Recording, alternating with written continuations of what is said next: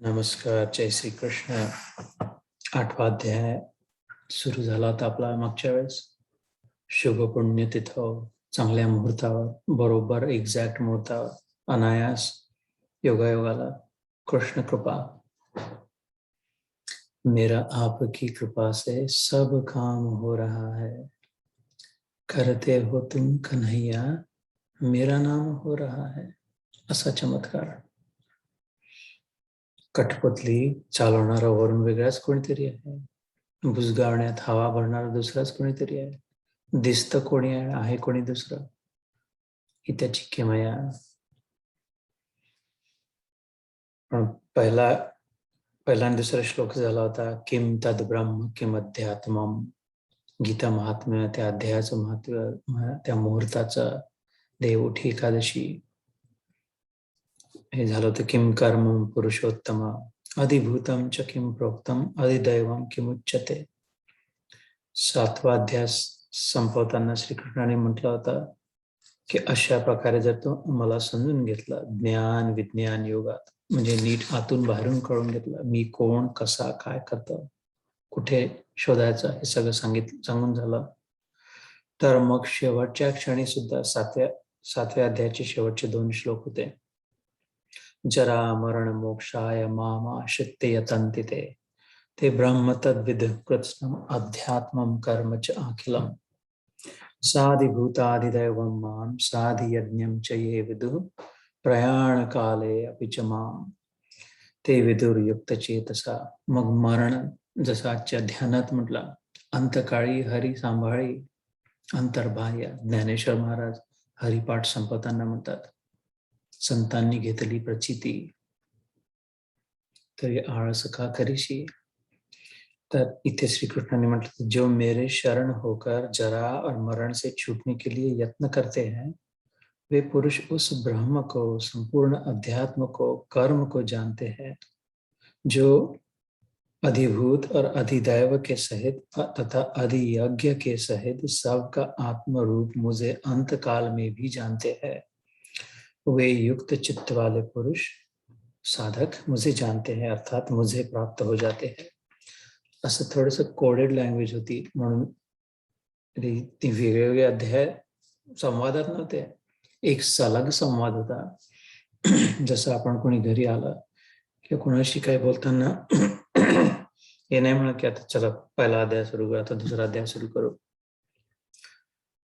तर कृष्णाने असं म्हटल्याबरोबर अर्जुनाने काय विचारलं, व्यासांनी तिथे फुल स्टॉप दिला आणि दुसरं सुरू केलं. हे पुरुषोत्तम व ब्रह्म क्या है, तू जे म्हणतो ब्रह्माला प्राप्त होतात. अध्यात्म क्या है, तू म्हणाला अध्यात्म समजून जात त्यांना. कर्म क्या है, त्यांचे कर्म मग व्यवस्थित होतात. अधिभूतम, अधिभूत नाम से क्या कहा गया है और अधिदैव किसको कहते हैं. हे मधुसूदन, और यहाँ अधियज्ञ कौन है, वह इस शरीर में कैसे है, तथा युक्त चित्त वाले साधकों द्वारा अंत समय में आप किस प्रकार जानने में आते हैं. त्यांनी म्हटलं ना अंत काले च मामेव स्मरण मुक्त्वा कलेवरम. ही शेवटी कसं मग लक्षात राहतं, कसं समजायला येतं, कशी आठवण राहते, कशी समज होते. जे म्हटलं त्याला धरून प्रश्न विचारले, जे प्रश्न विचारले त्याला धरून उत्तर दिले. कसे? इथून आता श्री भगवान उवाच. श्री संपन्न, श्री म्हणजे संपन्न, सौंदर्य संपन्न, ऐश्वर्य संपन्न, पण वैराग्यही संपन्न, यश संपन्न, यशवंत, सामर्थ्य संपन्न, ज्ञान संपन्न, सर्वोपरी जो संपन्न, ती स्त्री, तो श्री. आणि ती स्त्री एकच अशी लक्ष्मी, जिला म्हणतो श्री. पण ती लक्ष्मीच ज्याच्या चरणाशी आहे, ज्याला आपला स्वामी मानते, तो तर अवश्य श्रीमान, श्रीमन नारायण म्हणतो. स्त्रीचं मान रक्षण करणारा आणि स्त्रीचं मान स्वतः असणारा, सन्मान, सन्मान. रुक्मिणी स्वयंवराच्या वेळेस लक्ष्मी रुक्मिणीचा अवतार घेऊन आली. विदर्भाची होती, आपली विदर्भ कन्या आहे रुक्मिणी. कौंडिण्यपूर नागपूरपासून का 2.5-3 तासाच्या रस्त्यावर विदर्भात. तिथली राजकुमारी विदर्भात आले श्रीकृष्ण रुक्मिणी हरणासाठी द्वारकेहून. आपलं जावई आहे कृष्ण.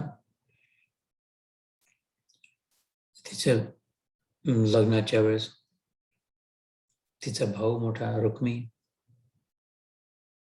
त्याचे मित्र सगळे जमा झालेले.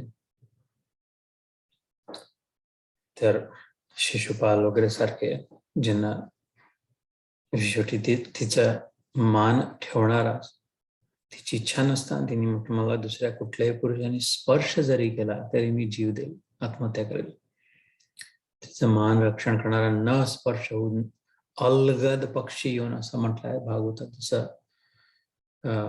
गरुड येऊन हलकास उचलून नेणार पिल्लाला किंवा रक्षा करणार, तसं येऊन अलगद पळवून नेला, अपहरण केलं युद्ध करून. मान भंग नाही होत तिला मान, म्हणून तर श्रीचा मान श्रीमान नारायण. तर श्री भगवानची व्याख्या आपण अनेकदा याच्या आधी झाली. ज्ञानम वैराग्यम ऐश्वर्यम यश श्री समुदायता षड्गुण ऐश्वर्य संपन्नो हे भगवान इति उच्यते. प्रत्यक्ष शंकरांनी व्याख्या केली त्याच्या ईश्वराची आणि पार्वतीला समजून सांगितलं. ते रामाला भगवान का म्हणतात तुम्ही, कारण असं, तर ते आपण समजून घेतलं शिवगीतेत मागेच. पण श्री भगवान उवाच म्हणजे बोललं, पण मुखातून मुखपद्मार शब्द निघाले. काय? 3रा श्लोक. अक्षरं ब्रह्म परमं स्वभावोऽध्यात्ममुच्यते भूतभावोद्भवकरो विसर्ग कर्म संहिता. संज्ञा म्हणजे डेफिनेशन. कर्म काय? पहिला प्रश्न काय होता, त्यांनी जे प्रश्न विचारले तसे उत्तर दिले. ब्रह्म काय, अध्यात्म काय, कर्म काय? तर त्यांनी सांगितलं अक्षरम ब्रह्म परमम. आणि अध्यात्म काय? स्वभाव अध्यात्म उच्यते. उच्यते म्हणजे म्हणतात. किम कर्म? 3रा प्रश्न विचारला अर्जुनाने. भूतभावोद्भव करो विसर्ग कर्म संहितम्. अरे कर्माची परिभाषा अशी, संज्ञा म्हणजे भूतभाव उद्भव करो याचा विसर्ग, ते कर्म. मी पहिले सांगितलं मागच्याच की 8वा अध्याय सगळ्यात क्लिष्ट आहे, टेक्निकल आहे, थोडा मध्ये थोडं समजायला, भाषा परिभाषा समजायला सगळ्याच प्रकारे एकदम सोपा सहज समोरून नाही आहे, जसे इतर काही बरेचसे अध्याय. 8वा अध्याय आणि मग पुढे असंच 13वा अध्याय, क्षेत्रज्ञ विभाग योग. हा थोडा टेक्निकल आहे, समजायला क्लिष्ट आहे, आणि तो थोडा अजून डीप विचार करायला लावणार आहे 13वा, फंडामेंटल्स जसं म्हणतो तसा. ज्यात तो सांगते की अरे हे तू स्वतः क्षेत्रज्ञ, तू नाहीच आहे. हा तुला जे वाटतंय ते तू नाहीच आहे, तो मी नव्हेच, तो तू नव्हेच. मग तू कोण आहे? तत् त्वाम असि, उपनिषदातले महावाक्य समजून सांगितलं. तो तू आहे, हा जो तू वाटत होता हा तू नाही आहेस. आणि तसंच हेही ते नाही आहे, भीष्म द्रोण.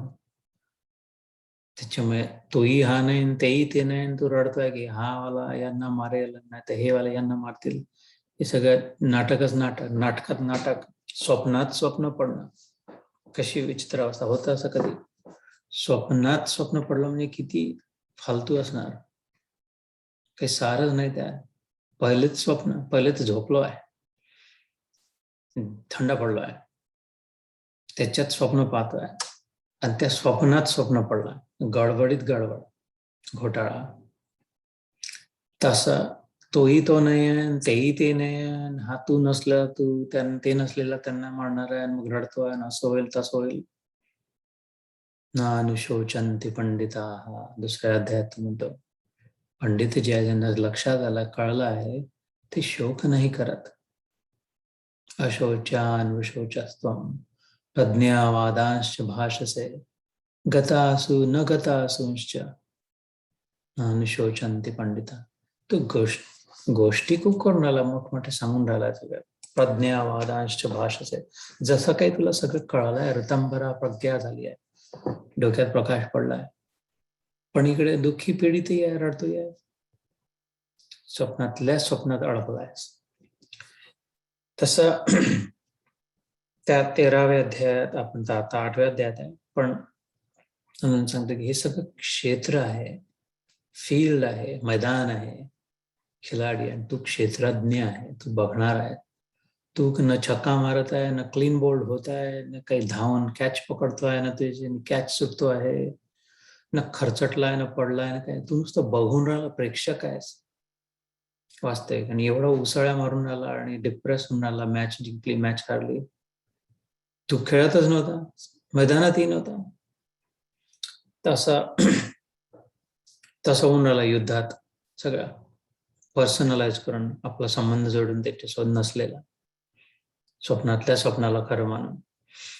हे सगळ्याचं विवरण 13व्या अध्यायात येईल. आणि मग प्रश्न उठेल की पण मग हे झालं कसं, निर्माण कसं, वाटते काय खरं, खरं कोण वाटवत आहे मला, हे गुण आहेत. मग तो म्हणतो, मग सांगा महाराज गुणांबद्दल. तर मग चला उघडा पुन्हा पोथी, 14वा अध्याय असतो, तर गुणत्रय विभाग योग. इथे 8व्या अध्यायात आहे सध्या, वर्ष लागेल कदाचित तिथे पोहोचायला, पण ठीक आहे, घाई कोणाला. मुबलक प्रमाणात देवाने आयुष्य दिलाय, तर मग विश्वास आहे, म्हणूनच अशा प्रकारे मस्त जगून आला. कमी कोणाजवळ आपल्याला कशाची. तर श्री भगवान ने कहा, परम अक्षर ब्रह्म है, अपना स्वरूप अर्थात जीवात्मा अध्यात्म नाम से कहा जाता है, तथा भूतों के भाव को उत्पन्न करने वाला जो त्याग है वह कर्म नाम से कहा गया है. हे अजून एक श्लोक वाचतो, आणि ते 2 जरी झाले आज नीट समजून, तर पुष्कळ कमाई झाली भरपूर. अधिभूतम क्षरो भाव पुरुषश्चाधिदैवतम, अधिभूतम क्षरो भाव पुरुषश्चाधिदैवतम. गीता है, हे गीत है, संगीत है. अधियज्ञोहमेवात्र देहे देहभृतां वर, अंतकाले च मामेव स्मरन् मुक्त्वा कलेवरम्. यः प्रयाति समद्भावम् याति नास्तत्र संशयः. उत्पत्ति विनाशशील धर्म वाले सब पदार्थ अधिभूत है, हिरण्यमय पुरुष अधिदैव है. और हे इथे पुरुष शब्द देवाने वापरला आहे, तो स्वतःबद्दल बोलतो आहे, म्हणतो आहे. और हे देहधारियों में श्रेष्ठ अर्जुन, इस शरीर में मैं वासुदेव ही अंतर्यामी पुरुष से अधियज्ञ हूं. तर हे 2 श्लोक समजून घेऊ. अक्षरम ब्रह्म परमम, परम अक्षर ब्रह्म है. परम म्हणजे शेवटचा, पराकोटीचा आत्मा, तसं परमात्मा. ईश तसा परमेश, ईश्वर च्यावर परमेश्वर, परम ईश्वर. आनंद झाला, वा वा वा, खूप आनंद झाला, आनंदाची गोष्ट, परमानंद झाला, याच्यापेक्षा होऊ शकत नाही. यम लब्ध्वा च परम लाभम, गीता म्हणते, मन्यते न अधिकम तथा, शक्य नाही याच्यापेक्षा जास्ती आनंद लाभ होणं. 6व्या अध्यायात. तर परम म्हणजे पराकोटीचा, पलीकडचा, शेवटचा, ऍब्सोल्यूट इंग्लिशमध्ये ज्याला म्हणतो ऍब्सोल्यूट, नॉट रिलेटिव्ह, सापेक्ष नाही, निरपेक्ष, त्याच्यासोबत काही कंपॅरिझन ज्याची नाही होऊ शकत असं, अतुल्य, असीम, अफाट, ते असं जे काय असेल त्याला परम लावतो.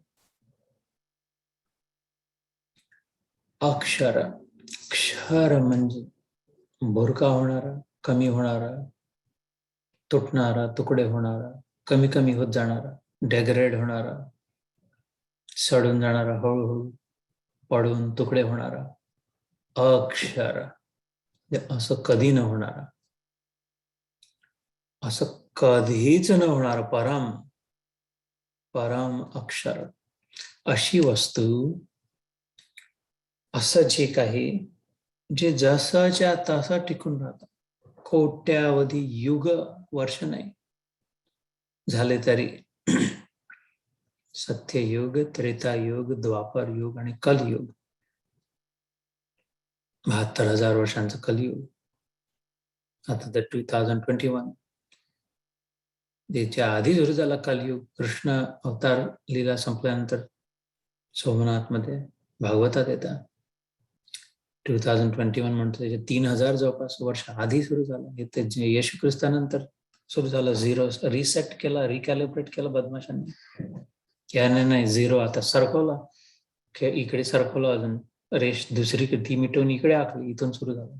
ठीक आहे, पण आपल्याला माहिती आहे विक्रम संवत, त्याच्या आधी कलयुग जे झालं त्याच्या आधी 3,000 वर्षापूर्वी, तर 3 आणि 2 5,000, अजून वेळ आहे, 72,000 वर्ष, आता 5,000 झाले.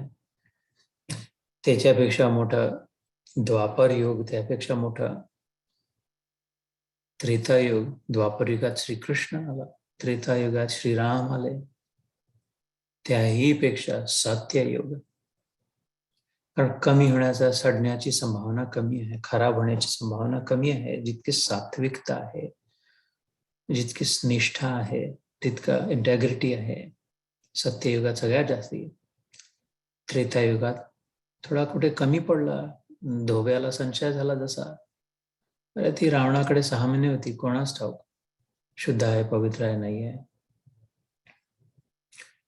अजून कोणी म्हणलं अरे स्वतः राजा आहे म्हणून तर आपल्या पत्नीला ठेवलं घरी.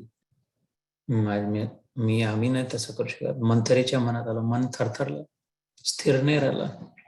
अरे सावत्र आहे, हिला याला मिळाल तर हिची काय अवस्था होईल, कसं असं होईल, तसं होईल. काही एकदम निष्ठ होती, एकदम शुद्ध मनाची होती, पण मनात विष कालवल्या गेला. अनेक अशी उदाहरणं येतात. लक्ष्मणाला सीतेने लांछन लावलं की अरे काय असं तुझ्या मनात काय भीती निर्माण झाली, काय झालं.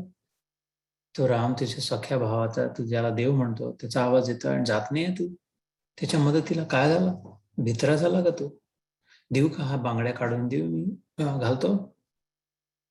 एकदा मनात, एकदाच पण असं आलं की लक्ष्मणासारख्या परम तपस्वी, परम तेजस्वी, परमवीर, परम शब्द वापरतो मी, ईश्वराचा अंश असलेल्या मनात भीती तर नाही आली, किंवा मध्ये त्याच्या मनात काही असं तर नाही आलं की आपल्याला राज्य मिळेल किंवा असं काही. हे सगळे संभावना सत्ययुगातून त्रेतायुगात थोडं थोडं हलकं हलकं हलकं एखादं कुठे बघायला मिळालं. अजूनही उदाहरण येतात. सुग्रीव वनवाली, सखे भाऊ, पण याला मिळावं की याला मिळावं, याची स्त्री की याची स्त्री, राज्य आणि स्त्री दोन्हीला धरून भावाभावांमध्ये. रावण, कुंभकर्ण, विभीषण, तिघा भावांमध्ये एक मत नाही. एक अत्यंत सात्विक विभीषण, एक अत्यंत राजसिक रावण आणि एक अत्यंत तामसिक कुंभकर्ण. कसा सात्विक, कसा ईश्वरनिष्ठ. राम कोण आहे माहित नाही, पण कोणीतरी ईश्वर आहे हे पक्का आहे, केव्हा तरी होईल. तुमरो मंत्र विभीषण दीना, हनुमंताकडून ऐकल्यावर राम अत्यंत सात्विक, अत्यंत घन घोर राजसिक रावण, स्वस्थ नाही, एवढा व्याप झाला तरी शांती नाही, अजून पाहिजे, अजून पाहिजे, अजून एवढं झालं तर कैलास पाहिजे, कैलास पर्वत पाहिजे, शिवाचं वास्तव्य असलेला, ती कथा आहे ते सुंदर. कैलास हलवून, गडगड हलवून उचलायला प्रयत्न करतोय, उचललं नाही जाते पण हलवतोय डोकं टिकून. शेवटी शिवाने आपल्या डाव्या पायाच्या अंगठ्याने खाली दाबलं त्याला, ते पर्वतात जाऊन गडून बसला. मग त्याने ते शिवाचे जे स्तोत्र आहेत केले, प्रसन्न केलं, सुट्टी झाली. नाही तर बसला तर तो कैलासाच परमनंट गाडून शिवशंभूच्या सामर्थ्यासमोर.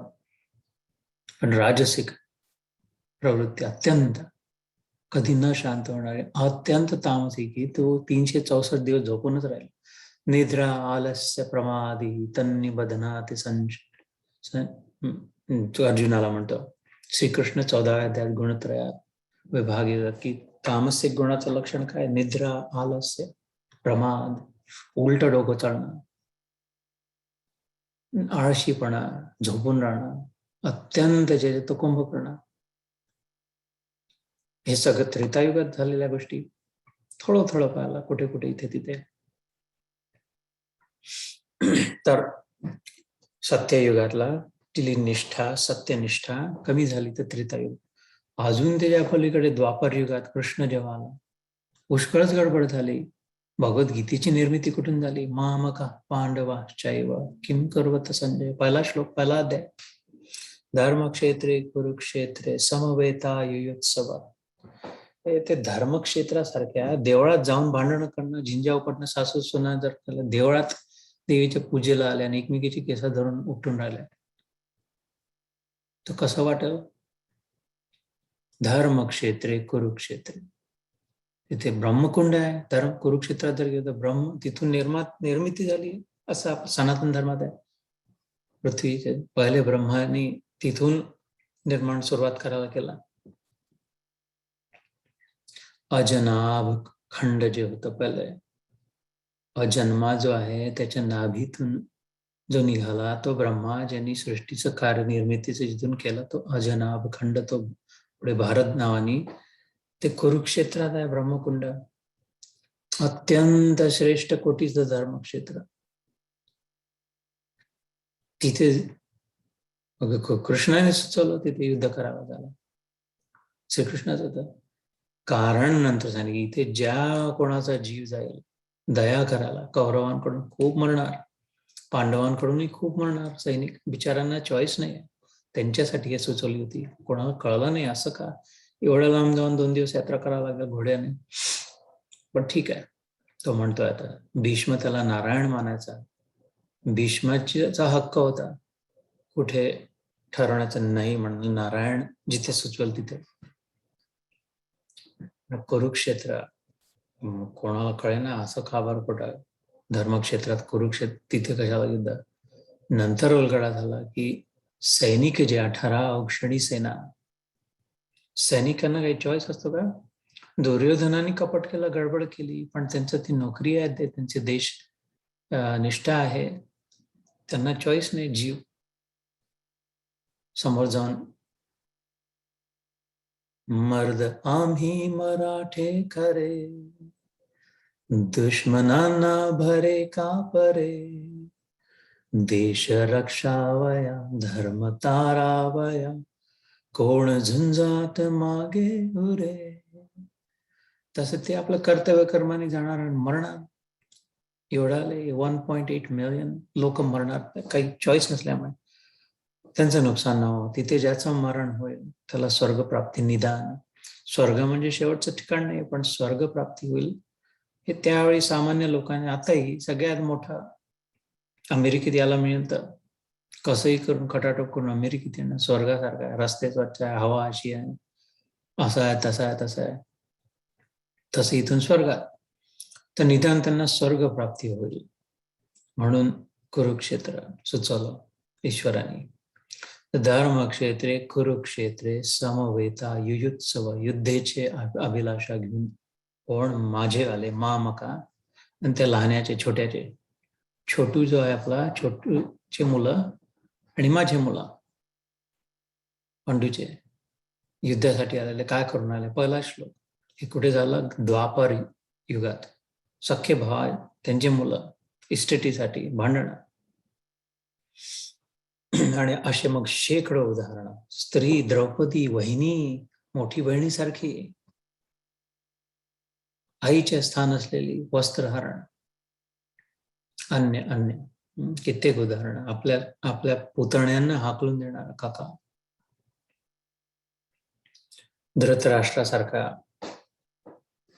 कपट करून कसंही करून कारस्थान करणारा शकुनी, मित्रप्रेम नावाच्या नावाखाली का पूर्ण अधर्म करणारा, शिव्या शाप देणारा आणि घोर अधर्म करणारा कर्ण, ज्याला म्हटलं त्यांनी, अरे कृष्णाने म्हटलं उडव त्याला, आता खूप धर्म सुचून लागला त्याला. जन्मभर अधर्म कसा केला? कारण सगळ्या अधर्मीचा साथ दिला. दुर्योधनाचं मुख्य बळ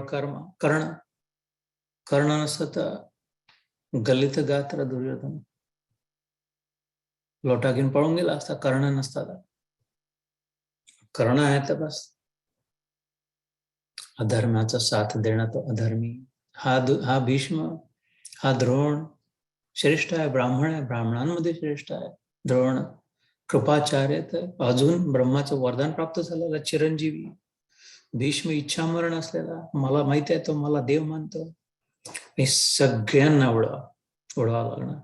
तू नाही तर मी, निमित्त मात्र भाव सव्यसाचिन, विथ यू और विदाउट यू, मेले जाय समज. कालोहम अस्मी लोक प्रवृद्ध, यांना खाण्यासाठी आलो आम्ही आता इथे या युद्ध क्षेत्रात. श्रीकृष्ण म्हणतो, जरी शास्त्र हातात धरणार नसलं, खाऊ तर शकतो.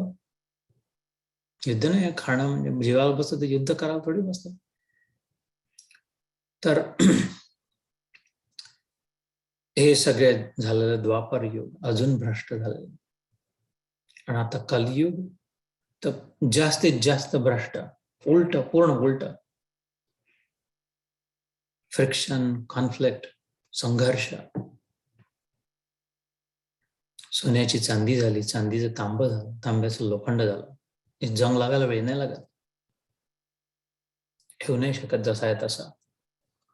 किंमत तितकी नाही तांब्या इतकी. ज्याला चांदी इतकी किंमत नाही, चमकत नाही, टिकत नाही, आणि सोन्यासारखं निर्लेप नाही आहे चांदी.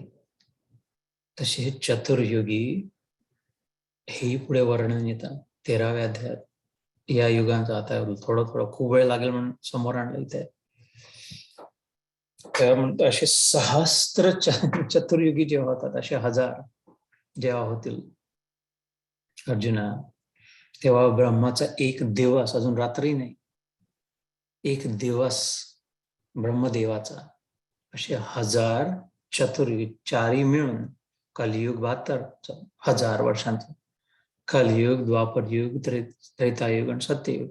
चतुर्युगी 1000 झाले की त्याचे 12 तास झाले. जसे ब्रह्माचे एक दिवस झाला. सृष्टी सुरू आहे, मग तो झोपतो तर ती सगळी विलीन होते. तसे 1000 सहस्त्रयुगी प्रलयामध्ये डार्क काहीच नाही, असा त्याचा एक दिवस झाला. मग उठला की पुन्हा सुरू झाला सत्ययुग. असे दुसरा दिवस सुरू झाला, मग दुसरी रात्र, तिसरा दिवस सुरू झाला, तिसरी रात्र. असं करत करत जेव्हा 1 वर्ष होईल तर किती होतील?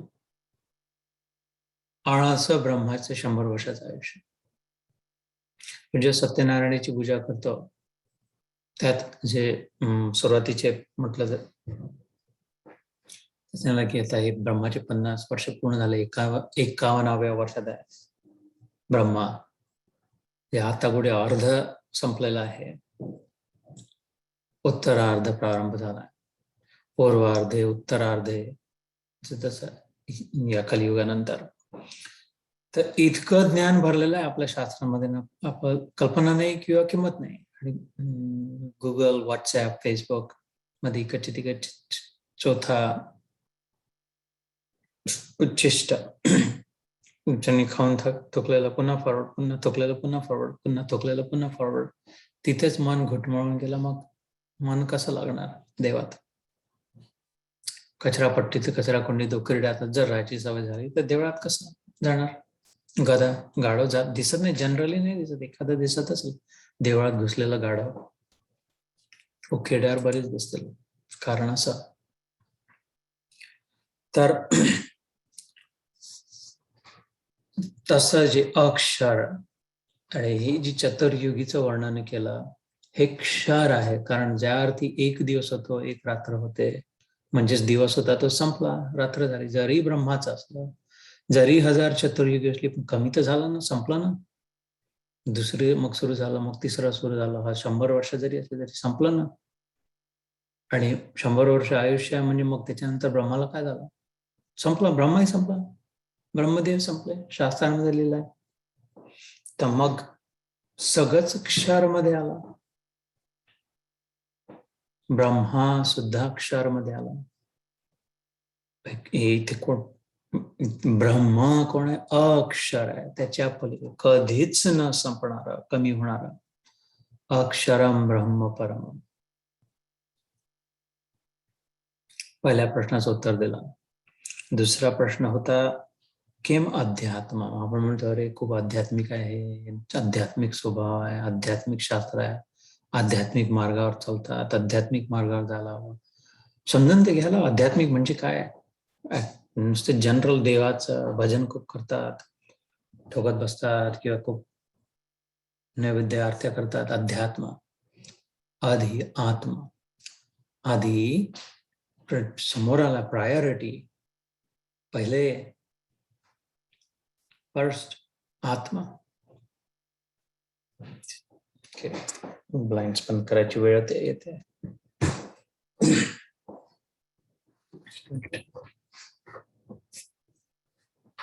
अभ्यास योग युक्तेन चेतसा नान्यगामिना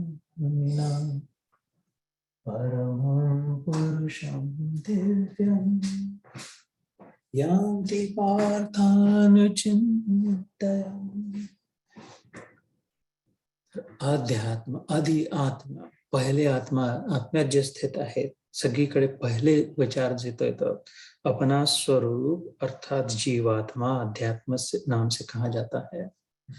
ओरिजिनल नेचर, इनहेरंट क्वालिटीज, आपले जे गुणधर्म आहे, म्हणजे काय, जे सच्चिदानंदाचं जे वर्णन झालं, सच्चिदानंद आपलं गुणधर्म आहे. सत चित्त आनंद. सत म्हणजे नष्टप्राय नसलेला, नेहमी टिकणारा, कधीच न मरणारा, कमीही न होणार, जसंच्या तसं सतत असणार, कॉन्स्टंट, स्टडी कॉन्स्टंट, हे सत्य आहे. चित्त काय? समजण्याची शक्ती. जिथे आपण ते लक्षात येईल, प्रकाश जिथे पडेल ते प्रकाशित होईल, आपण ज्याच्यावर पडू ते लक्षात येईल, असा आपला स्वभाव असलेला. आणि आनंद, सतत आल्हादित उल्हास असणारा. हे यांनी आपण बनलो आहोत या 3 गुणांनी, तो आपला गुणधर्म आहे. इथे शरीराचा कुठे प्रश्न नाही आला, मन बुद्धी काही उल्लेखही नाही केला, आपण कोण आहे, आपलं कशाशी, तसं आहे. तर आधी आत्मा, आपलं स्वरूप, स्वतःचं रूप, शरीराचं नाही, शरीर धर्म नाही, गुणधर्म, मनोधर्म नाही, बुद्धी स्वरूप नाही, स्वरूप, ते अध्यात्म. ते अक्षर आहे, ते कधी न मिटणार आहे, कधी कमी न होणार आहे, खराब न होणार आहे, न होणार आहे. अक्षरम ब्रह्म परमम स्वभाव अध्यात्म उच्यते. पुढची जी ओळ आहे, 3ऱ्या श्लोकाची दुसरी ओळ, ती थोडी समजून घ्यायला महत्वाची आहे. भूत भाव उद्भव करो विसर्ग कर्म सन्नितः. भूतों के भाव को उत्पन्न करने वाला जो त्याग है, वह कर्म नाम से कहा गया है. It's difficult to wrap the head around, so we will slow down. इथे वेळ लागेल कदाचित. जेव्हा हिंदीत झालं होतं काही अनेक महिन्यांपूर्वी, मागच्या वर्षी अमेरिकेतला हिंदीतला जेव्हा हा अध्याय झाला होता, पूर्ण एक सत्र, कम्प्लीट एक सत्र या अर्ध्या वेळेसाठीच लागून गेलं होतं नीट समजण्यामध्ये. त्या तितकं तर नाही बोर करत आज, पण तरी प्रयत्न करायला हवा, बोर करण्याचा नाही, समजून घेण्याचा. तर भूत भाव उद्भव करो विसर्ग कर्म सन्निध, ही ओळ तिसऱ्या श्लोकाची दुसरी ओळ, आणि हिंदीत पुन्हा वाचतो, मग मराठीत बोलू आपण. भूतों के भाव को उत्पन्न करने वाला जो त्याग है वह कर्म नाम से कहा गया है. कुठेतरी काहीतरी त्याग झाला, त्याला कर्म म्हटलंय. कोणता त्याग, कसा त्याग, त्यांनी काय झालं, कशाचा? की मी काही आहे, आकार आहे. भूत म्हणजे आकारधारी, आपली अस्मिता, माझपणा, मीपणा, अहम जागृत झाला. मी पण आहे, मी काहीतरी आहे, वेगळा आहे, वेगळी आहे. हा जो भाव उत्पन्न ज्यांनी झाला, ज्यांनी होतो, तो त्याग, त्याला कर्म म्हटलं. तर कसं म्हणजे त्याग का बरं? त्याग कसा?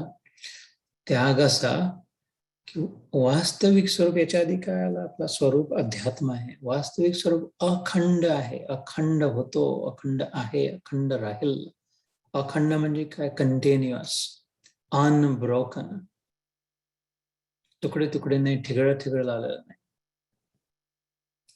अखंड आहे. पण मला माझं काहीतरी हवं होतं, वेगळं वाटत होतं, हवं होतं, समजत होतं, म्हणून मी स्वतःच्या भोवती रेखा आखली. मी म्हटलं हा मी पुरुष, जेंडर दिला, माझं हे नाव आणि माझं स्वरूप. आता मी वेगळा काहीतरी झालो, मी आता स्वतःला समजू शकतो, मी कोण आहे, कसं आहे. अखंडला समजणं कठीण होतं, म्हणून मी खंडित केला, तुकडा तोडला त्याचा, आणि म्हटलं हा तुकडा मी आहे, छोटासा तुकडा. आकाश किती आहे, सर्व व्याप्त. कल्पना करून आकाश किती असेल.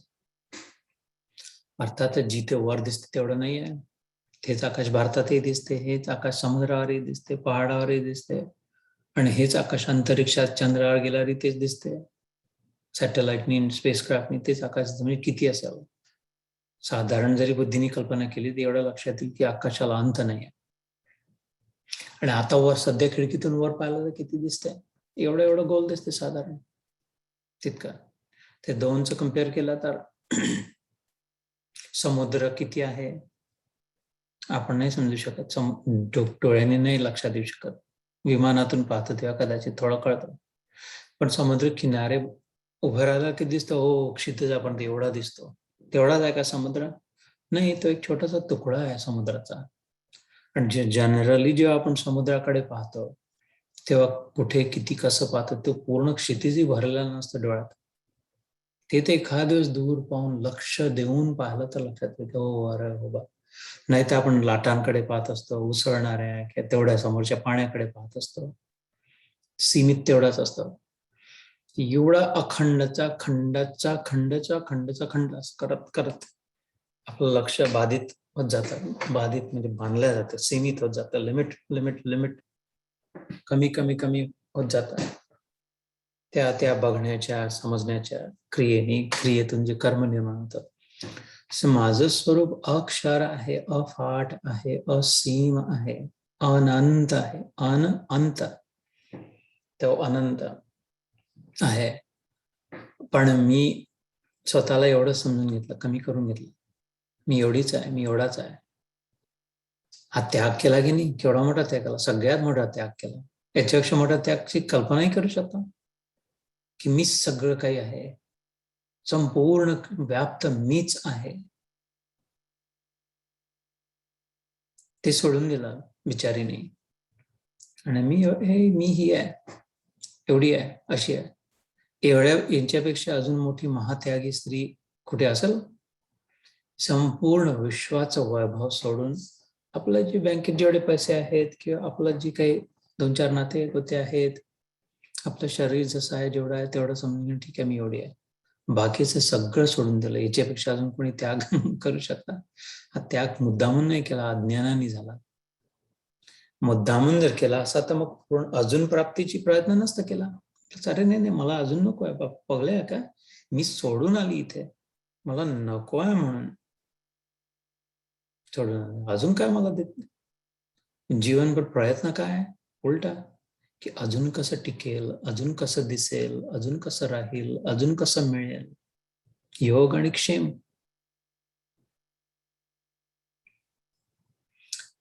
श्रीकृष्णाने दुसऱ्या अध्यायात म्हटलं, निर्योग क्षेम आत्मवान. योग आणि क्षेम सोड. त्यावेळेचा योग, अर्जुनाचा योग कर्मयोग नाही. हे वाटत होतं की हे मिळावं आणि हे टिकावं. योग म्हणजे मिळवणं, क्षेम म्हणजे टिकवणं. निर्योग क्षेम, काही मिळवणं काही टिकवणं नको. पहिले आत्मवान. आत्मवान असून तर लक्षात नाही की सगळं तुझं आहे, सगळं तुझंच आहे. हे सगळं मीच आहे आणि सगळं माझंच आहे ही भावना सोडून मी एवढासाच आहे, एवढंच आहे, माझं एवढंच आहे.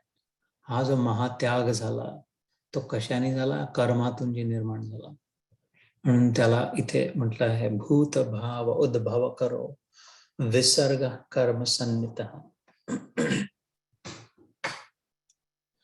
संसाराच्या आपल्या परमात्म स्वरूपाच्या त्यागाने संसारी झालो, तर संसाराच्या त्यागाने पुन्हा आत्मस्वरूपात होईल. सरळ हिशोब आहे. हळूहळू जर गेलो, उलगडून समजून जर घेतला तर सोपी आहे गीता. अफाट एवढं मोठं सगळं सोडून हे छोटासा होऊन बसलो मी. का? कारण ते केलं काय, ते सोडून दिलं. त्यातली धारणा, त्यातली भावना, ते ज्ञान, ती समज सोडून दिली तर मग छोटा झालं, थोडंसं झालं. मग काय, ही छोटा झालो, थोडंसं आहे, असंच आहे, एवढंच आहे, ही जर भावना सोडली तर मग तसा होईल. पण फुगा फुगवतो आपण मोठा. मग फुगाच्या शेवटी चिटुकली, आठवत असेल ना, भारतात राहतात, फुग्याचा तुकडा असला त्यात बोट घालून फूक मारून छोटीशी गाठ म्हणून चिटुकल्या, किंवा फुगाच फुगवतात आणि त्याला इकडे छोटा, इकडे आणि इकडे गाठ बांधून दुसरा एक छोटासा फुगा अजून फुगून दुसरी गाठ बांधून मोठा फुगा. मोठ्या फुगाची चिटुकली झाली कारण गाठी बांधल्या. गाठ गाठ गाठ गाठ एका लंब्या फुग्यामध्ये गाठी गाठी करत, तर त्या गाठी जर उलगडल्या तर चिटुकल्या सोडून पुन्हा मोठा लंबा फुगा झाला. वास्तविक काही नाही झालं, गाठी बांधल्या गेल्या, समज झाली आहे नुसती असं. तर त्या जर उलगडल्या, उलट्या गाठ बांधली, गाठ बांधली, गाठ बांधली, आता मग गाठ सोडा, गाठ सोडा, गाठ सोडा.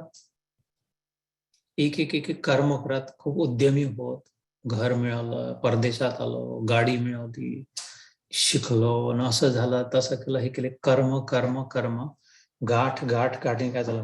मी, माझी डिग्री, माझं घर, माझा मुलगी, माझा मुलगा, माझं हे, माझं तसं, अजून गाठ गाठ गाठ, अजून सीमित, अजून सीमित, अजून सीमित, अजून नॅरोली डिफाईन्ड की मी एक्झॅक्टली कोण, तर स्पेसिफिकली हा माणूस ज्याचं असं तसं एकदम चिटकला होऊन गेला. की एवढं मोठं अफाट आकाशाचं जेवढं वर दिसतंय तेवढे नाही, माझ्या छतावर जेवढं आहे तेवढं माझं बस. एअर राईट्स माझे तेवढे फक्त. अन्यथा ऊपर गगन विशाल, ये धरती अपनी है, अपना अंबर है रे. क्या डर है? मितवा सुन मितवा, तुझको क्या डर है, ये धरती अपनी है, अपना अंबर है. तू आ जा रे. चला गया था तो आपलंच आहे, कारण आपणच आहे. आपलं आहे हेही अर्ध सत्य झालं. सगळं काही आपलंच आहे हेही अर्ध सत्य आहे. पूर्ण सत्य आपलंच आहे नाही, नाही, आपणच आहे. आणि परम सत्य, आता काही वेळा पूर्वी परम शब्दाची नीट व्याख्या कळून झाली, नीट समजलं असणार. असत्य काय आहे? हे माझं आहे, त्याचं आहे, तुझा आहे, आपला आहे. मामका पांडवाश्चैव, ते असत्य. सत्य काय आहे? आपलंच आहे. तसं जर म्हणतो आपलंच आहे तर अर्ध सत्य. पूर्ण सत्य काय? आपलंच आहे नाही, आपणच आहे. आणि त्याच्याही परम सत्य काय आहे? ईश्वरच सगळीकडे आहे. आपण ज्याला म्हणून राहिलो मी, माझं तुझं, तुझं माझं, हे असत्य. सगळं काही माझंच हे अर्ध सत्य. कारण सगळं काही माझंच आणि मी आणि तू एक, तर मग सगळं काही तुझंही मला. असं का की सगळं काही माझंच तुझं नाही, असं नाही होऊ शकत मग. कारण त्याच्या पहिलेच म्हटलं मी आणि तू जर एक आहे आणि हे सगळं माझं आहे, पण मी आणि तू एक आहे, तर मग हे सगळं तुझंही आहे. म्हणून ते अर्ध सत्य आहे. मी तू माझं तुझं हेही नाही, हे सगळंच एकच आहे. जो मी आहे हे पूर्ण सत्य. आत्मसाक्षात्कार. पण तेही अधुरं राहिला, तेही अर्धवट राहिला. कसं? बघ, मी तर राहिलो ना, माझी भावना मी काहीतरी आहे, कसं तरी आहे, कोणीतरी आहे. मीही नाही आहे. सगळं काही जे काही आहे, जे कोणी आहे, तो परमेश्वर आहे, परमात्मा आहे, परब्रह्म आहे. जे जो शब्द आवडत परम आनंद आहे. माझ्या शब्दात म्हणायचं तर श्रीकृष्ण आहे. ते पूर्ण सत्य, परम सत्य, शेवटचं सत्य. एवढ्या मोठ्या परम सत्यातून कमी कमी कमी होत आलो. आपलं जे काही कार्य ज्याने त्यांनी कमी करत गेलं, ते कर्म म्हणलं, विसर्ग झाला, सुटत गेला. तर तोडण्याचं जे कार्य तुकडे तुकडे तुकडे तुकडे ज्यांनी होतात, आपलं आपलं आपलं काम वेगळं वेगळं होत आहे. तोडण्याचं जे कार्य ते कर्म, जोडण्याचं जे कार्य तो योग. योग कर्म सुकौशलम. परिभाषा केली श्रीकृष्णाने योगाची भगवद्गीतेतच. कर्म योग, तस्माद योगी भवार्जुन. जोडणारा हो. Combine, not dividing, uniting, unifying, inclusive, not exclusive. रेषा मिटवणारा हो, रेषा आखणारा नाही.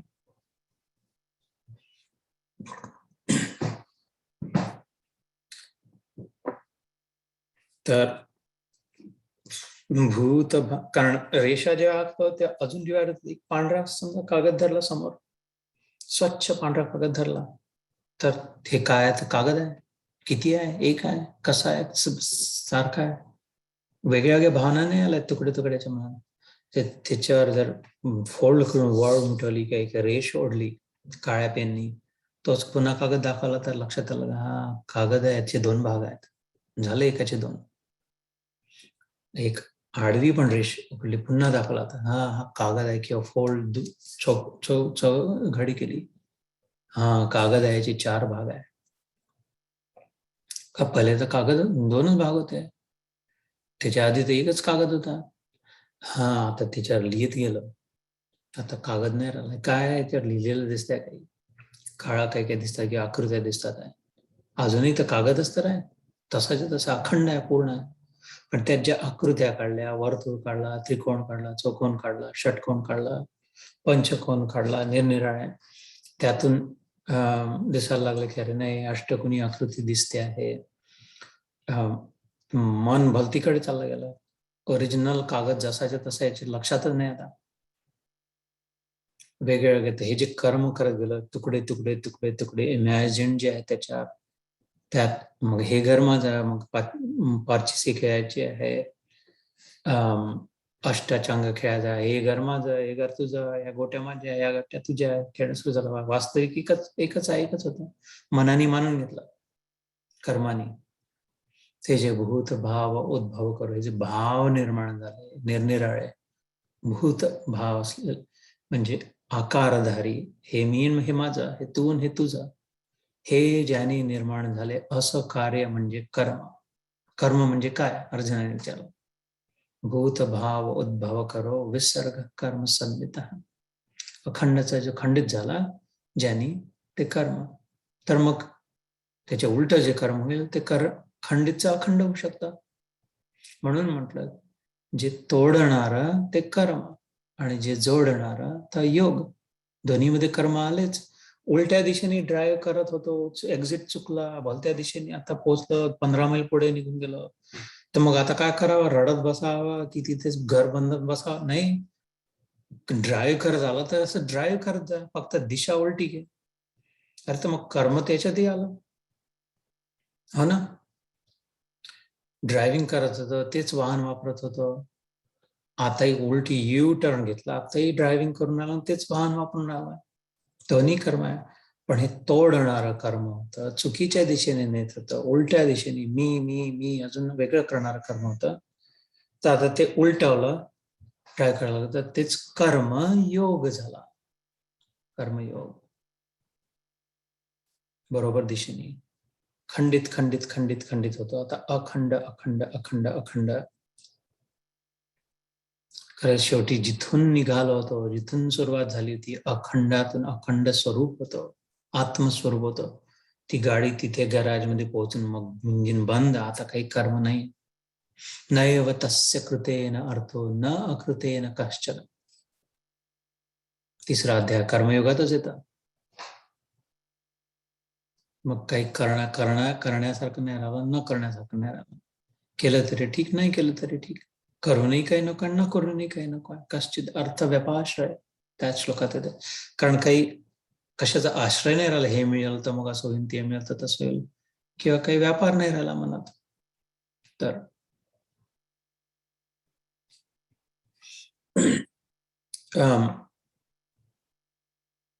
कदाचित इथे तेवढी परिभाषा समजली असेल, नाही तर मग पुन्हा पुढे घेऊ शकतो. तर पुढचा श्लोक करू. उत्पत्ति विनाश धर्म वाले सब पदार्थ अधिभूत है। हिरण्यमय पुरुष अधिदैव है। और हे देहधारियों में श्रेष्ठ अर्जुन, देह भृतांवर नादला. महत्वफुल, एकदम व्यवस्थित भरभरून कौतुक केलं अर्जुनाचं. देह भृतांवर, देहधारी जे कोणी आहे सध्या इथे, त्यावेळी वर आहे त्यांच्या श्रेष्ठ असलेला अर्जुन. म्हणून त्याच्यासोबत त्याच्या रथात एकासोबतच दिसतो आहे. नरासोबतच नारायण आहे. कुत्रा नारायण, हत्ती नारायण, इथे नर नारायण म्हटलं, नर सोबत. कारण हा सर्वात श्रेष्ठ मी उत्पत्ती आहे, निर्मिती आहे. मनुष्य देह जो आहे, जो आपल्याला चमत्कार मिळालाय आत्ता सध्या, स्वतः घडून जर आला चमत्कार, जिथे बसलाय जसा आहे तसा, काय मानव देह प्राप्ती, मनुष्यत्व, हा ईश्वराची सर्वोत्कृष्ट विलक्षण निर्मिती. आणि म्हणूनच त्या निर्मिती सोबतच तर नारायण नर सोबत आहे, नर नारायण अर्जुनाच्याच. तर म्हणून तस देहभृतांवर, इस शरीर में, हे देहधारियों में श्रेष्ठ अर्जुन, इस शरीर में मैं वासुदेव ही अंतर्यामी रूप से अधियज्ञ हूं. अधियज्ञो अहम एव अत्र. I alone am that great sacrifice with which residing. पुरुष सुक्तात येतं. पुरुष सुक्ताचा शेवटचा श्लोक. ओम यज्ञेन यजंत देवा स्थाने धर्माण प्रथमान्य सन् तेहनाकं महिमान सचंत यत्र पूर्वे साध्याः संति देवाः. या आरतीनंतर म्हणतो ते पुरुष सुक्तातला, म्हणजे वेदातला श्लोक आहे, शेवटचा श्लोक. त्या पुरुष त्या सुक्ता, सुक्त म्हणजे फॉर्म्युला. फॉर्म्युला म्हणजे ते ज्या युक्तीने युक्त, ज्यांनी लक्षात येईल ते काय झालं, कसं झालं. हा आहे कोण? सहस्राक्ष सहस्त्रपात सभूमी विश्वतो वृत्वा अतिष्ठ दशांगुलम पुरुष एवदम यद्भूतम यच्च भव्यम उतामृतत्वस्येषान यतन्नेन थिरोहति एतावानस्य महिमा अतो जायांच पुरुषः. याचं स्वरूप, विराट स्वरूपाचं वर्णन आहे त्यात सुरुवातीला. अरे असं कल्पना करा की याचे हजारो हजारो डोळे, कुठे नाही, काय नाही दिसत आहे, काय नाही बघत आहे. हजारो हात, हजारो पाय, याच्याच हाताने याच्याच पायाने सगळीकडे चालल्या केल्या जात आहे. काही भूमीपासून विश्व सगळीकडे संपूर्ण व्याप्त असलेला हा असा पुरुष एव एदम, हाच आहे. यद्भूतम यच्च भव्यम, हाच भव्य विराट पुरुष, सगळ्या भूतांमध्ये हाच व्याप्त असलेला. तर त्या पुरुष सुक्तात शेवटच्या श्लोकात जे मी म्हटलं, आपण आरती नंतर म्हणतो यज्ञेन यज्ञम यजंत देवा. ते यांनी सगळ्यात मोठा यज्ञ केला असं त्यांनी म्हटलं. यज्ञ म्हणजे त्याग, इतरांच्या कल्याणासाठी केल्या गेलेला त्याग. यज्ञ यांनी काय, कोणता यज्ञ केला? हे सगळे बनवल्यानंतर पाहिलं तर जसे तसे दगडासारखे पडले होते. देवही बनवले, इंद्र बनवला, अग्नी बनवला आणि थंड होता. इथे अग्नी जर थंडा पडेल, अग्नी देव जर थंडा राहील तर मग कसं होईल? बाकी कुठे तर अग्नीचा प्रश्न नाही. मग इंद्र थंडा, वरुण थंडा, सूर्य थंडा, सूर्यदेव, सोम, चंद्र सगळे थंडे पडलेले मुर्द्यासारखे वर्णन आहे वेदामध्ये. निष्प्राण. तर मग आता एकच युक्ती, एकाच गोष्टीने शक्यता. शेवटी काय युक्ती केली? ठीक आहे, त्याला आवश्यक नाही आहे काही, ठीक आहे, मी माझा प्राण यांच्यात फुकतो, सगळ्यांमध्ये मी स्वतः जाऊन यांच्यामध्ये राहतो, यांना उभं करतो. तर अग्नी देवात हा पुरुष घुसला तर धगधगी तेजस पुण्य पुरुष अग्निदेव निर्माण झाले. सूर्यदेवात हा स्वतः घुसला तर तळपता उष्ण आकर्षक सूर्य हिरण्यमय सोन्यासारखा दिसायला लागला. इंद्रात मग हा स्वतः घुसला, उपमन्यू, उपेंद्र नावाचा श्रीकृष्णाचा इंद्र. इंद्र आहे पण आत जो आहे तर एकदम आर्डरस वीर्यवान इंद्र राज्य करण्यासाठी संपन्न झाला. हे सगळ्या स्वतःचं स्वरूप सोडून यांनी सगळ्यांना दान देत गेला.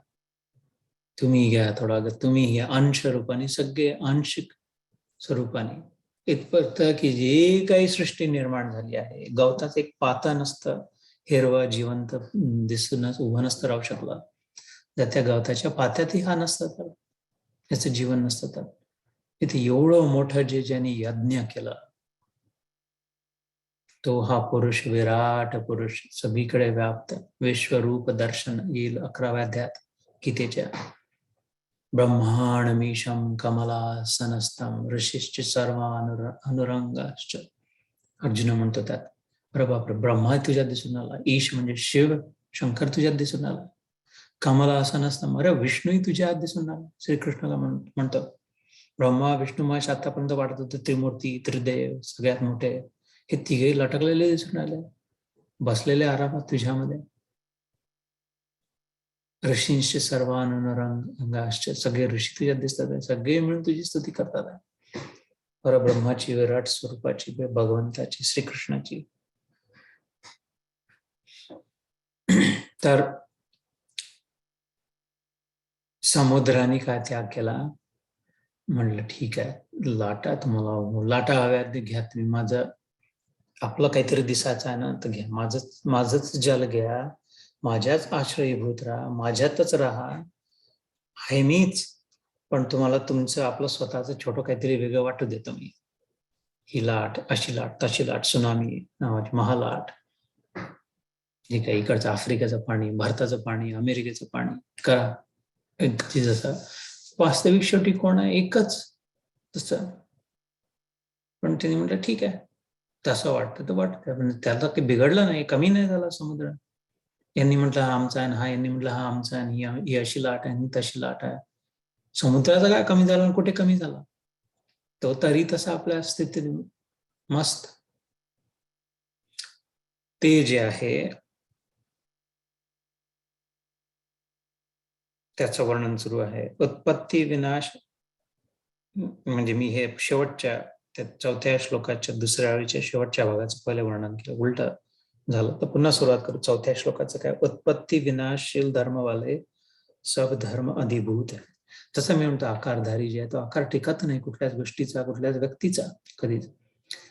तर खंडित जे झाले आहे, तुकडा जो आहे ते अधिभूत, उत्पत्ती और विनाशशील धर्म वाले. उत्पन्न जर झाले आहे, निर्माण जर झाला आहे तर अनिर्मित पण मिटेलही. What goes up must come down. What is formed will also deform. आकृती आहे तर विकृती पण होणारच,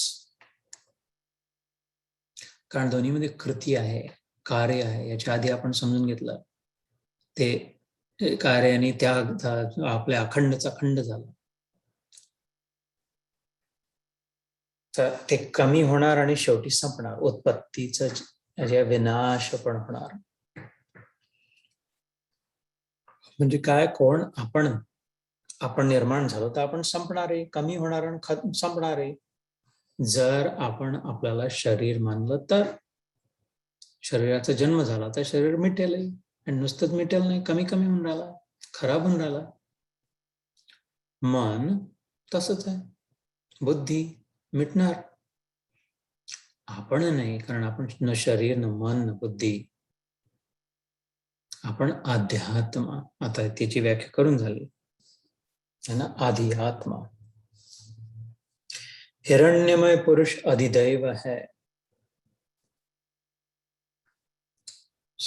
सोन्या राजा जो आहे, हिरण्य म्हणजे सोना, हे विश्वरूप जे आहे, विश्वात्मा जो आहे, ज्याचं वर्णन थोड्या वेळापूर्वी पुरुष सूक्ताच्या आधाराने केलं,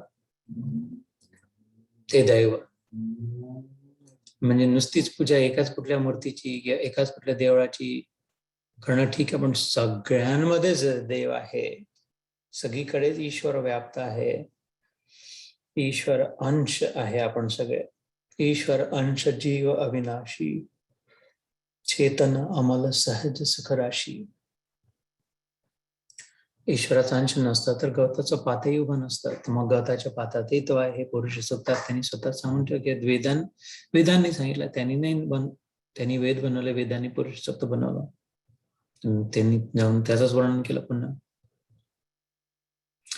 तर या भावनेने जी दृष्टी राहील, अखिल ब्रह्मांडमा एक तो श्रीहरी,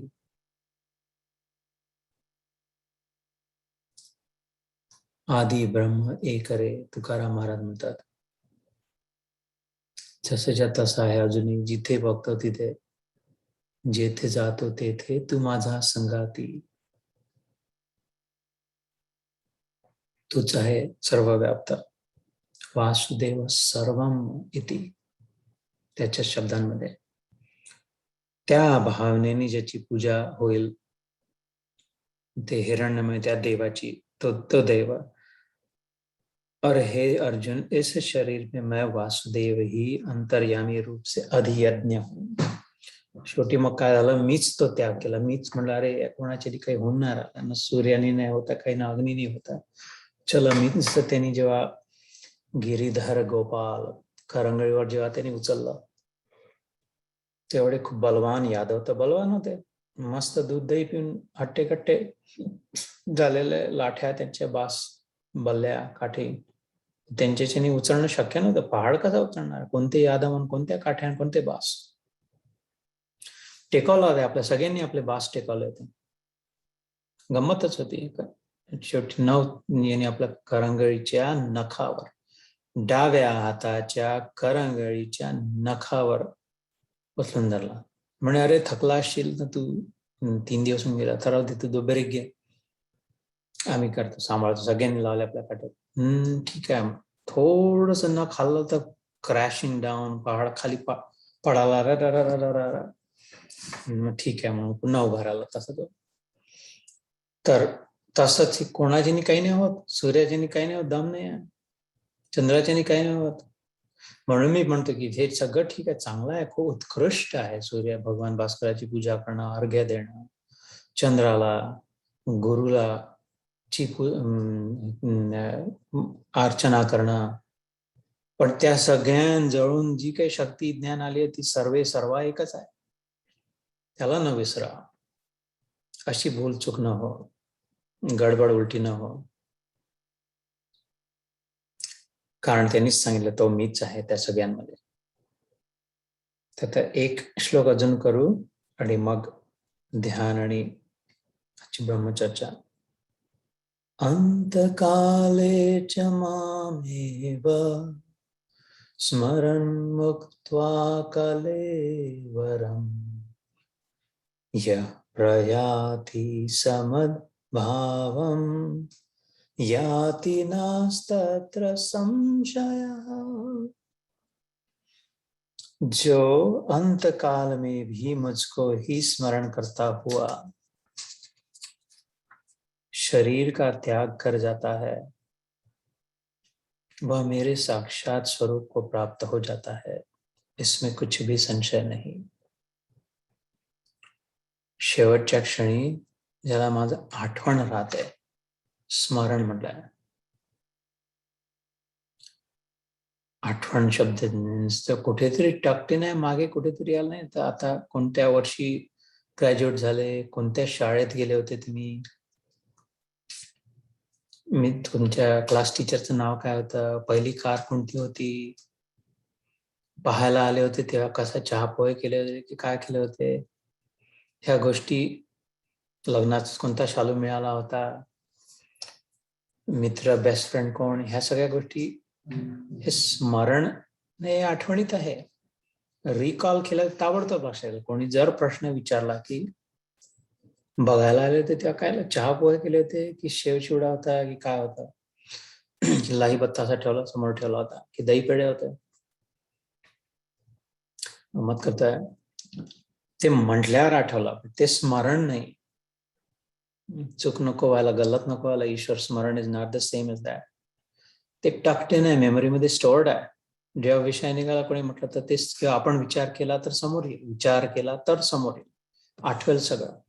असा शालून, असा सूटबुटण, हा मित्र, ही टीचर, ही शाळा, हा रस्ता, ही कार, सगळं आठवेल, जसं तसं आठवेल. पण ते समोर नाही. आता ह्याचा जो हे महत्वाची गोष्ट आहे लक्षात येण्यासारखी, इथे श्रीकृष्ण काय म्हणतोय, समोर असणं. जसं आत्ता आपण जे ऐकतो आहे, आत्ता जे बोलतो आहे, ते समोर आहे, कारण लक्ष तिथे आहे. ते लक्षात नाही, लक्ष याच्यात आहे. लक्ष कुठे आहे आपण म्हणतो, अरे लक्ष देऊन काम करणं, लक्ष कुठे आहे, कुठे लक्ष याच्यात असणं. लक्षात हे असणं वेगळी गोष्ट आहे. चांगलं आहे लक्षात हे असणं, तर ठीक आहे, पण ते बॅकग्राऊंड मध्ये आहे. ते मग प्रयत्न करून समोर आणावं लागले खिचून खिचून, तेव्हा नाही होणार आहे. मरायलाच्या वेळेला न काही ऐकू येत आहे, न काही समजत आहे, न काही बोलल्या जात आहे, न खात पित आहे, शुद्ध नाही आहे, बेशुद्ध आहे, कोमामध्ये आहे, समजत नाही, तर खूप ढिंडोरे पिटून राहिले आहे, त्यांनी नाही होणार आहे. ते लक्षात जरी असलं तरी लक्ष कशात आहे, सूक्ष्म गोष्ट आहे, महत्वाची गोष्ट आहे. त्याचा सराव करण्यासाठी सतत सतत लक्ष याच्यात आणावं लागेल. हा लक्षात आहे, याचा नवल नाही आहे, ते त्याची कर्तृत्वगारी आहे. तो तर ऑलरेडी पहिल्यापासून तो लक्षात नसतं. आत्ताच समजून सांगितलं पुरुषी चुकतात. इंद्रही थंडा पडला होता आणि सूर्य थंडा पडला होता आणि अग्नी तर मरणप्राय झाला होता, जेव्हा जो पण 10 अंश रुपयांनी घुसला नाही सगळ्यांमध्ये. तर हा आपल्या लक्षात आहे, याच्यात काही खूप बहादुरी नाही आहे. मुख्य साधना काय, आपलं लक्ष याच्यात असावं. हा आपला हे त्याचं श्रेय आहे. No problem there, all problem here, where लक्ष कशात आहे, ऍक्टिव्हली एंगेज आहे का, पॅसिव्हली एंगेज नाही, बॅकग्राऊंड मध्ये आहे नाही, बँकेत पैसे आहे नाही, आत्ता आहे का, समजा कोणी पंचायतला कोणी समोर धरली, चाकू धरला, अरे डोंट वरी मेरे बैंक में है, नहीं सेठ जी अभी लाओ अभी निकालो, यमराज बसला गळ्यावर, तर आत्ता समोर, आणि तो मागेल तरी. हा यमराज मागत वगैरे नाही, पाहतो आहे का आत्ता याच्या खिच्यात, न सांगता, न मृत्यू सांगून येतो, अरे बाबा 3:40 येणार आहे, 12 वाजून आले बरं, मेक शुअर समोर आणशील, मेक शुअर तुझं लक्ष त्याच्यात राहील. ओके 15 मिनिटं राहिले, आता राउटर बंद होणार आहे, झालं का सगळं, सेव्ह केलं का, असं सांगून येणार आहे यमराज. आला आणि गेला, निघून गेला. झटक्यात एक समोर जेव्हा आला तेव्हा लक्ष येत होतं का, वीज चमकली केव्हा चमकेल, कुठे चमकेल, कशी चमकेल, किती चमकेल, सांगून या माहित नाही. जेव्हा जेवढी चमकेल तेवढ्या वेळात सुई दोरावून होईल का, झाला का, रेडी आहे का, सतत सुई आणि दोऱ्या मध्ये लक्ष आहे का, की जशी वीज चमकली तशी जवळ आणून ठेवलाय का, अगदी एक क्षणार्ध जरी मिळाला, अर्धा क्षण जरी मिळाला तरी पटकन टाकून निघेल. तर हा लक्षात आहे याच्यात काही मोठी गोष्ट सगळेच क्लेम करू शकतात, हो ऐकलाय, आम्हाला माहिती आहे, आमच्या लक्षात आहे. पण लक्ष याच्यात आहे का? अंतकाले च मामेव स्मरन् मुक्त्वा कलेवरं यः प्रयाति समद्भावम् याति नास्तत्र संशय. मग संशय नाही. जर लक्ष याच्यात असेल तर मग नक्की अंतकाले, शेवटच्या क्षणी, माम एव, हे तरच होऊ शकतं की लक्ष याच्यातच आहे. लक्ष याच्यात आहे, लक्ष त्याच्यात आहे, लक्ष तिच्यात आहे, लक्ष त्यांच्यात आहे, लक्ष या सगळ्यांमध्ये आहे. हो, लक्ष याच्यातही आहे. नाही, कारण वीज इथेही चमकू शकते, इथेही चमकू शकते, इथेही चमकू शकते, इथेही चमकू शकते. त्यांनी नाही होणार. वीज आत्ताही चमकू शकते, थोड्या वेळाने चमकू शकते, नंतर चमकू शकते, अजून थोड्या वेळाने चमकू शकते. त्यांनी नाही होणार. अंतकाले च माम एव, मी अलोन, माझ्यातच ज्यांचं लक्ष आहे शेवटच्या क्षणी. मी कसं म्हणणार? सरावाने, अभ्यासेन तु कौन्तेय वैराग्येण च गृह्यते. आता लक्ष याच्यात आहे का? हा लक्षात आहे नाही. Very very important distinction. सध्या मधून चेक करणं, लक्ष कशात होतं, लक्ष कोणात आहे, लक्ष कशात आहे. अजून काही विशेष काम नाही उरलं या जीवनात. आता सतत सराव करणं, लक्ष कशात आहे. सोडून देणं काम, जे लक्षाचे नंतर एक क्षण थांब, डोळे बंद करून कणिक भिजवत असेल, फुलं, लक्ष याच्यात टाकणं, सतत सराव करणं. चपला घालत असताना, दागिने चढत असताना,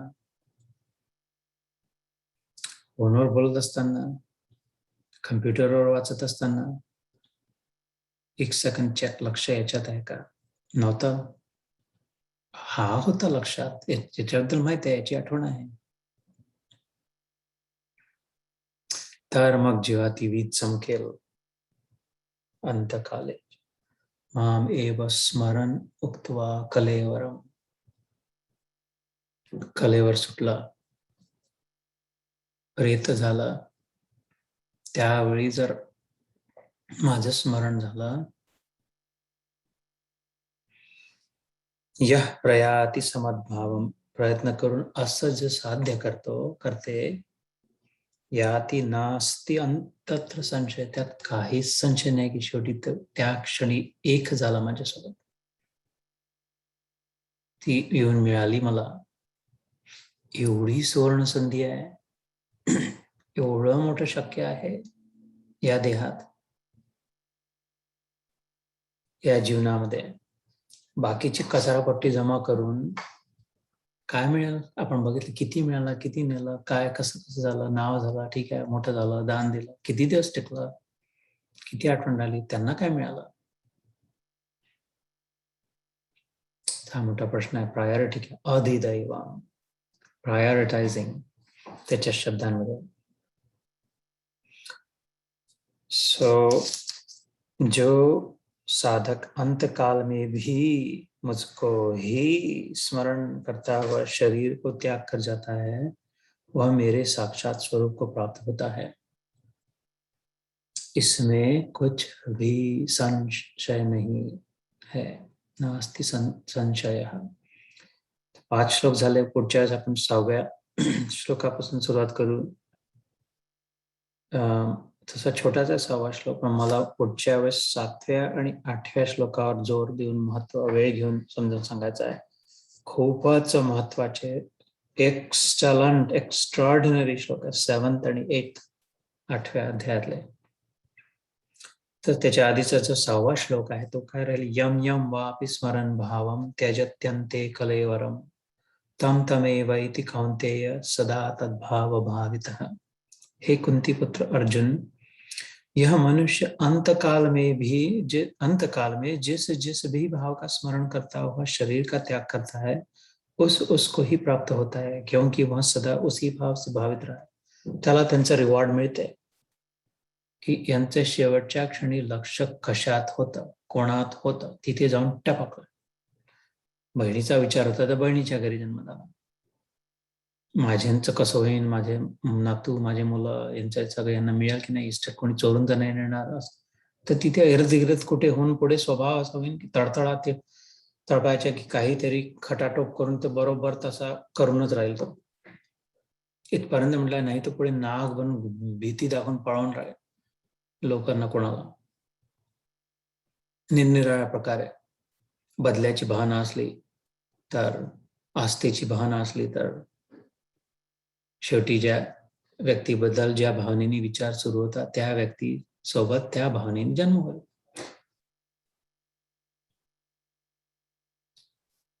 यो यो यान याम तनुम भक्तिम श्रद्धया अर्चितुमिच्छति तस्य तस्याचलां श्रद्धा. हा श्लोक 7व्या अध्यायात आपला झाला होता.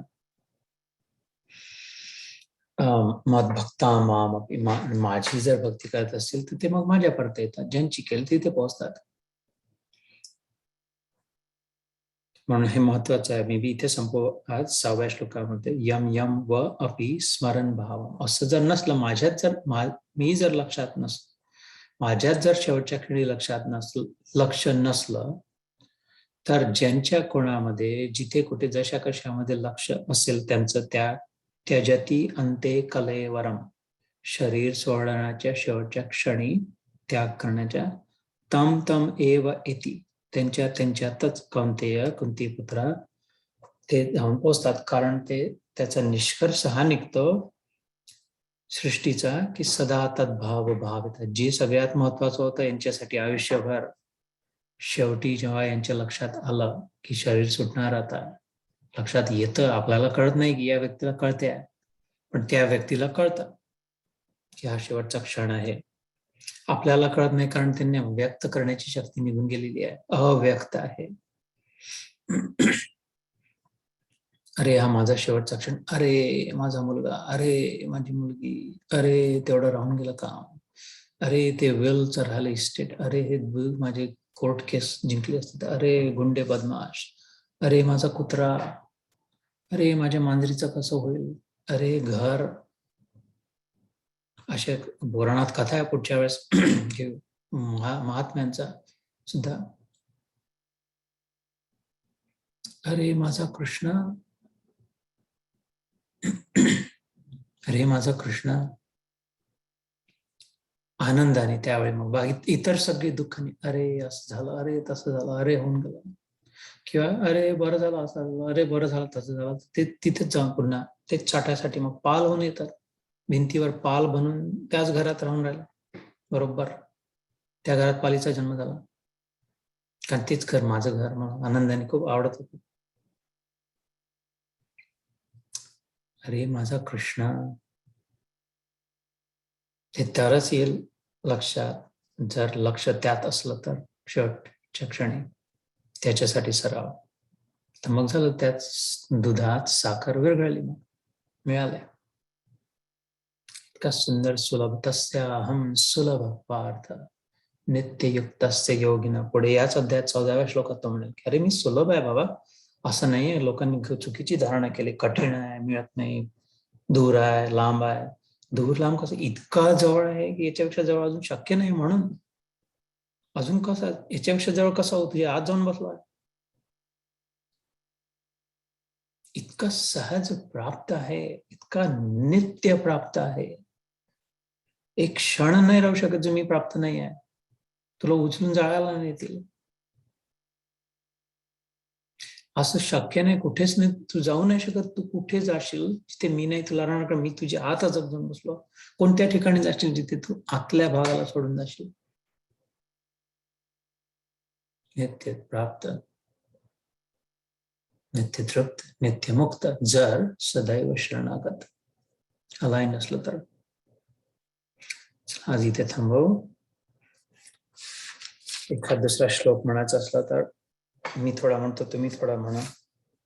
आज चांगलं आहे या अध्यायाच्या श्लोकांचं.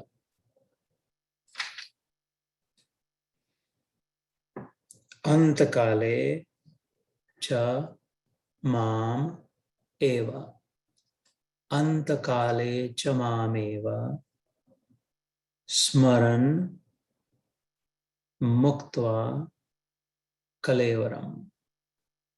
शरीरापासून मुक्ती मिळाली, फ्रीडम मिळाला, बांधल्या गेल्या शरीराने. आता एका जागी राहावं लागते, याला उचलावं लागते, याला धुवावं लागते, याला खाऊ घालावं लागते, याला तेल लावावं लागते. झंझट आहे, डोक्याला ताप आहे शरीरासोबत अडकणं म्हणजे. इथून मुक्ती. स्मरण मुक्त्वा कलेवरम अंतकाले च मामेव स्मरण मुक्त्वा कलेवरम यह प्रयाति स, यह प्रयाति स मद भावम, माझा भाव, माझ्यात लक्ष. मदभावम म्हणजे माझ्यात लक्ष. यह प्रयाति समद्भावम याति न अस्ति तत्र संशय. याति नास्तत्र संशयः, यात काहीही संशय नाही. हरि ओम तत्सत. जय श्री कृष्ण. योगेशं सच्चिदानंदं वासुदेवं व्रजप्रियं धर्म संस्थापकं वीरं कृष्णं वंदे जगद्गुरुं. जय श्री कृष्ण.